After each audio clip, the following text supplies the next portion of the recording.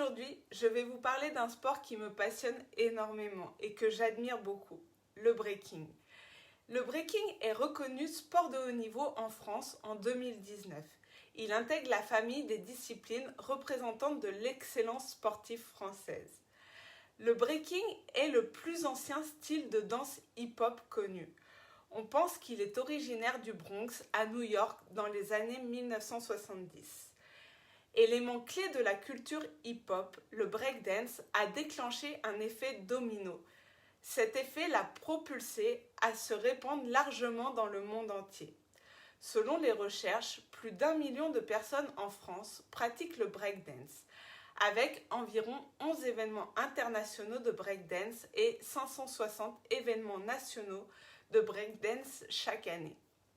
En 2020, le breakdance est devenu un sport olympique officiel, dans un effort pour attirer les jeunes qui ne pratiquent peut-être pas certains des sports traditionnels.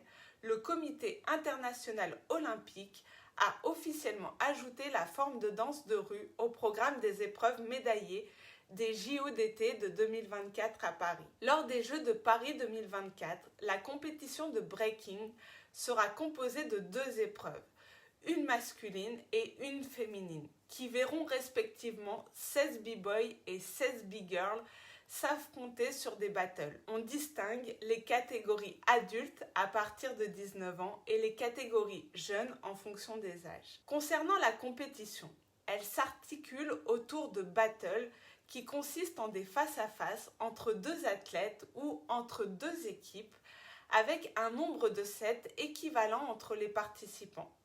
1 à 2 en général. Chaque round dure entre 1 et 2 minutes en moyenne. À la fin de chaque battle, le jury choisit le gagnant qui continue la compétition et ceci jusqu'à la finale. Le breaking est un sport qui requiert de nombreuses compétences physiques, entre force, technique, gainage, cardio à haute intensité, mobilité et sens du rythme. De plus, l'athlète doit récupérer très rapidement entre 2 rounds pour pouvoir enchaîner ensuite, ainsi qu'entre chaque manche du battle s'il gagne la manche. Au niveau des entraînements, ils peuvent être longs et intenses pour travailler encore et encore les mouvements et la technique. Les muscles sont mis à rude épreuve, ainsi que l'ensemble des tendons, ligaments et os, car les figures demandent une technicité très avancée. Concernant les filières énergétiques, ce sont principalement la filière anaérobie alactique et anaérobie lactique qui sont sollicitées. Et les substrats énergétiques sont la phosphocréatine et le glycogène. Il n'existe aujourd'hui pas d'études scientifiques sur ce sport, mais pour avoir régulièrement été regarder des battles de haut niveau, ma connaissance du sport me permettra d'orienter mes conseils et je ferai également appel à mon réseau du métier pour appuyer cela. Je serai ravie de vous en parler dans les prochaines vidéos.